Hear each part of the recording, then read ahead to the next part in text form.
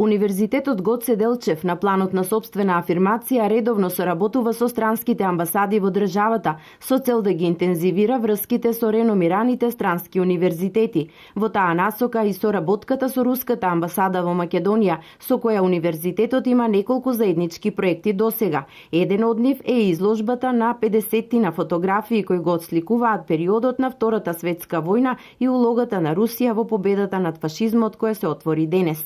Ние како универзитет со Руската федерација имаме интензивна соработка и не само со амбасадата, него и со универзитетите во Руската федерација, со поголем број на универзитети, тргнувајќи од Московскиот универзитет, преку универзитет во Самара, во Омск универзитетот, така да голема количина на наши студенти одат на размена во Руската федерација, од таму доаѓаат студенти исто така на размена во Македонија во нашите универзитети и мислам дека ова е една прекрасна прилика за тоа да соработуваме со Руската федерација.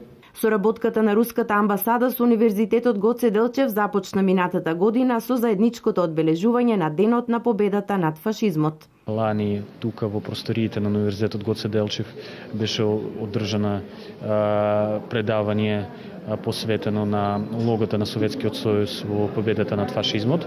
Сега ние продолжуваме со тие практики.